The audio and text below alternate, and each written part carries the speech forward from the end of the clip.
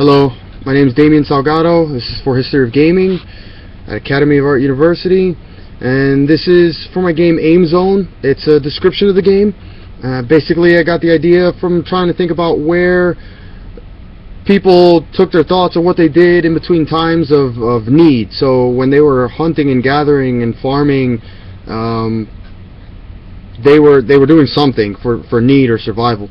In between those points, did they just toss rocks and say, hey, I can toss this rock farther than you, I can toss it in that dirt pile further away than you can, I'm more accurate, things like that. Is that where the mind went? So that's kind of where I went with it.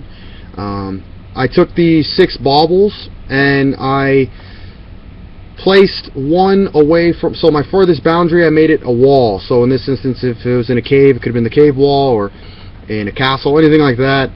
That wall would be your outer boundary, and then the first bauble would sit so far from that. And that can be changed according to your range of difficulty. So if you made it smaller, it'd be more difficult to get it within that distance. Now, the token, each player got a token, which was one of the checker pieces, and had to toss that token to make it fit inside that distance between the wall and the bauble. And that was your zone. That was the first bauble place, and that would be zone 6, the first one from the wall.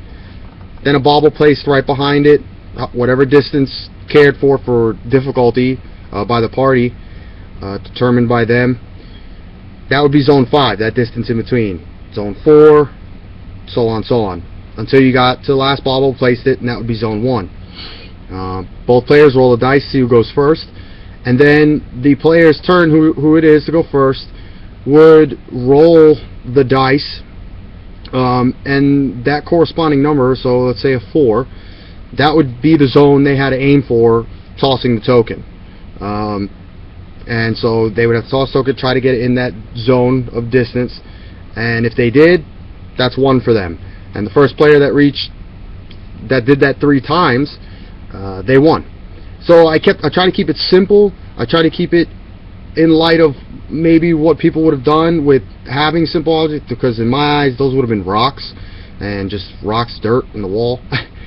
So I try to keep it as simple as possible, but while still determining some skill. So if they were trying to determine I'm better than you, or maybe I can throw a spear better than you, but they didn't want to actually throw spears, anything like that, it was to say, well, I can get this token, rock, whatever, to land here more accurately than you can. But it was also a thing of chance, because zone 1 would be easier than zone 5 or 6 would be, because it'd be further away from the designated area that was determined by them. They could stand as far as they wanted to, and that's where I try to keep the game too simplistic in nature, was, and also variable, so that people could change it according to how they wanted to play, easy or more difficult.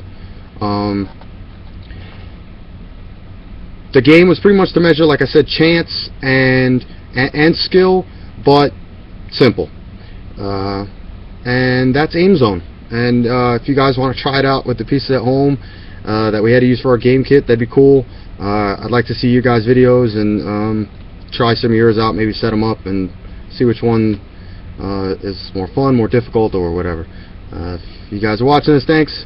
And